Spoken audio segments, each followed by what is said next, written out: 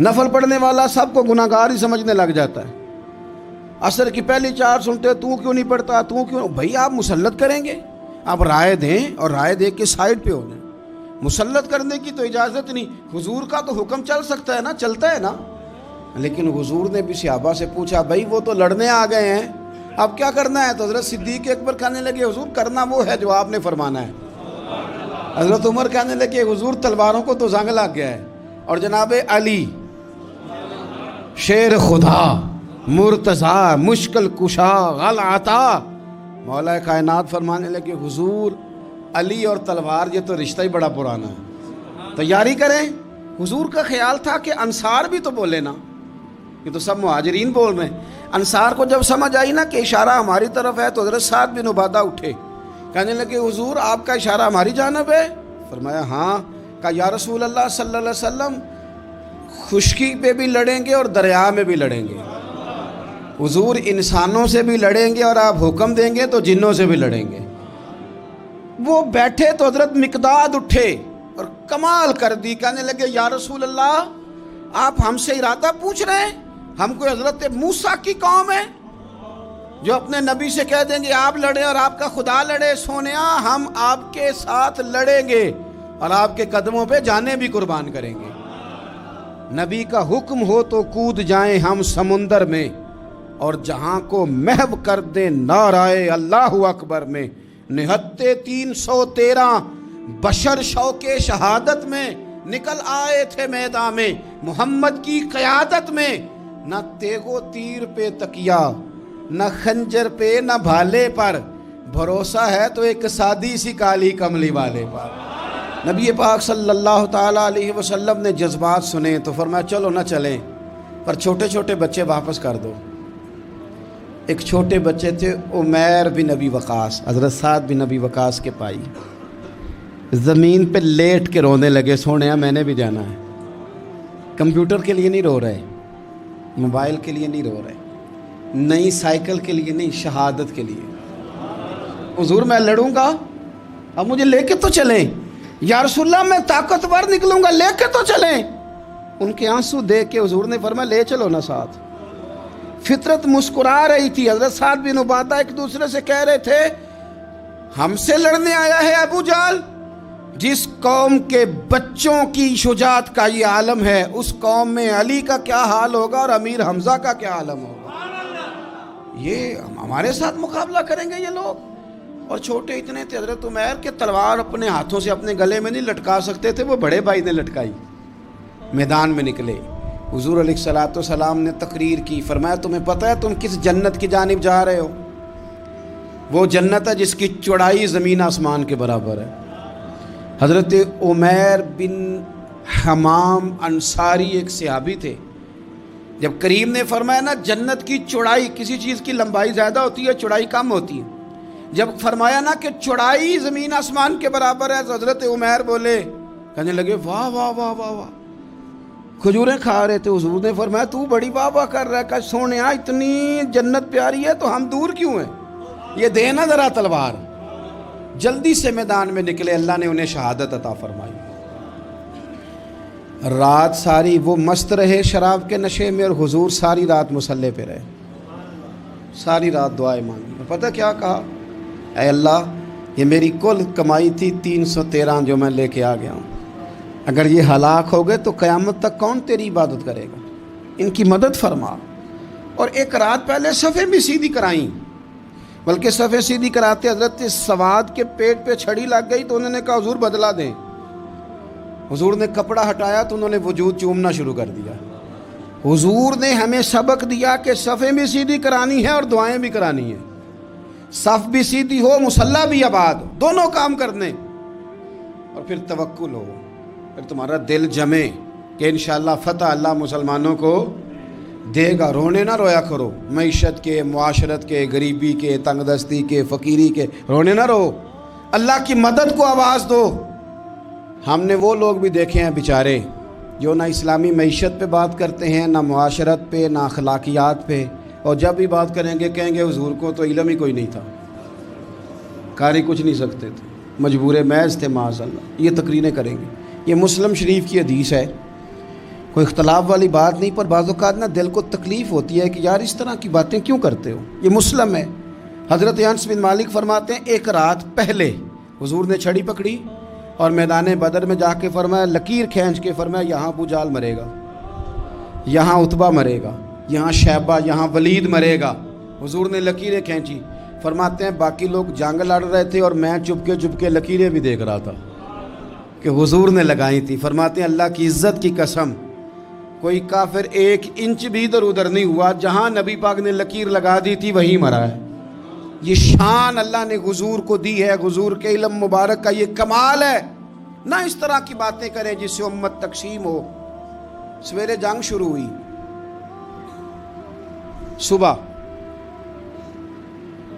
3 کافر میدان میں نکلے، عتبہ، شیبہ اور ولید۔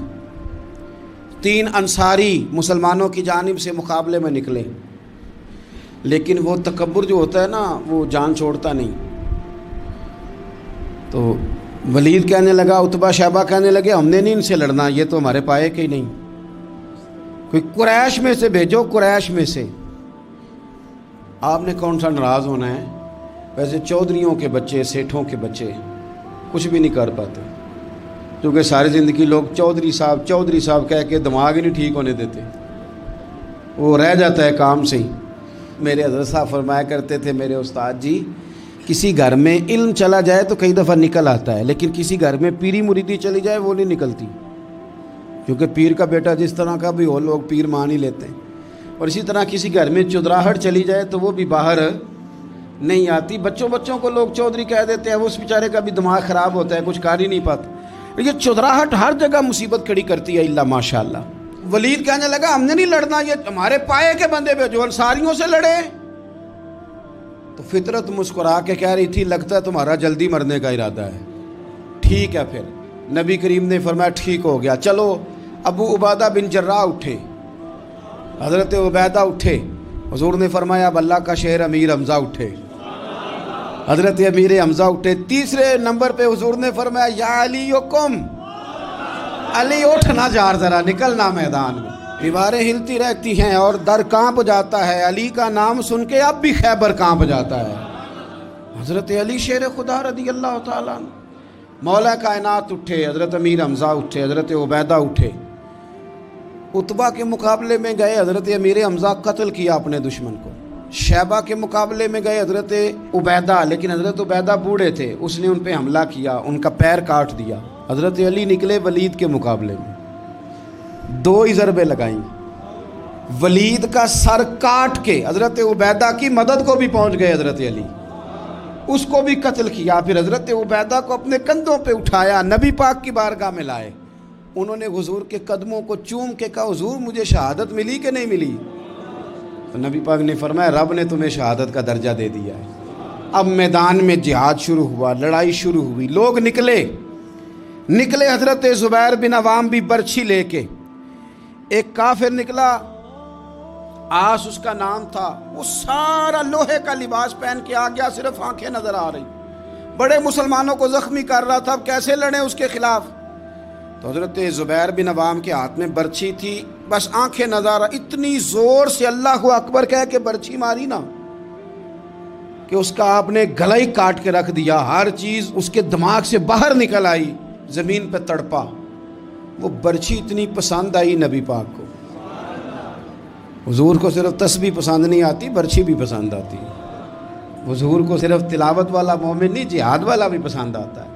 اصل پتہ مسئلہ کیا ہے کہ مسلمان نا ایک چیز دیتے ہیں پھر اسی کا شکار ہو، دوسری کو چھوڑ دیتے ہیں۔ دین ہمہ پہلو ہے، آپ سجدے کی بات بھی کریں، جہاد کی بھی کریں، دونوں دین ہیں۔ اور یہ یاد رکھیں کہ اسی سے مسلمان مضبوط ہوتا ہے۔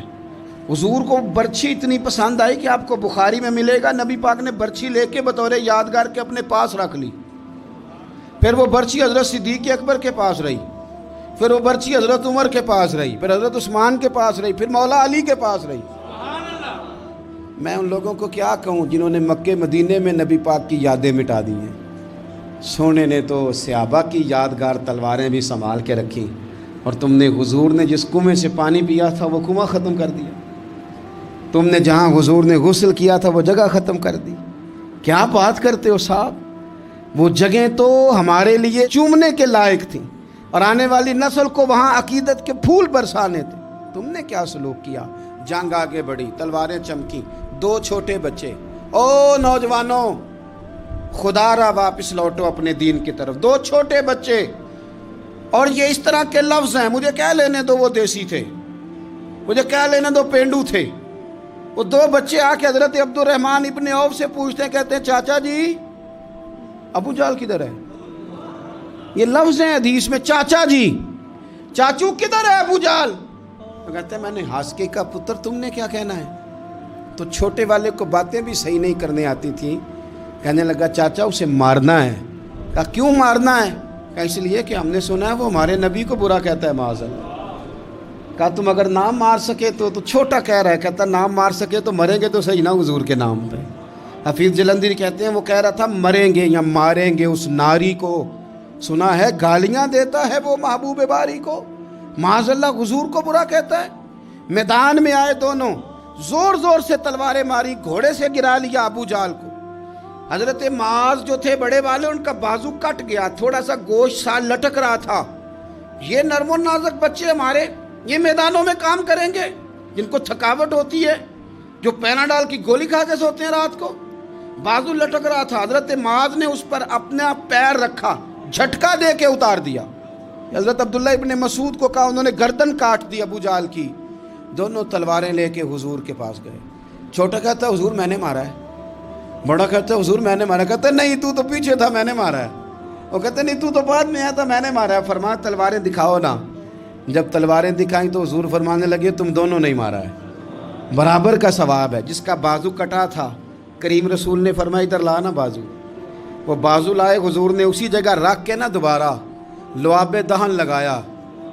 حضرت معاذ حضرت عثمان غنی کے زمانے تک موجود رہے.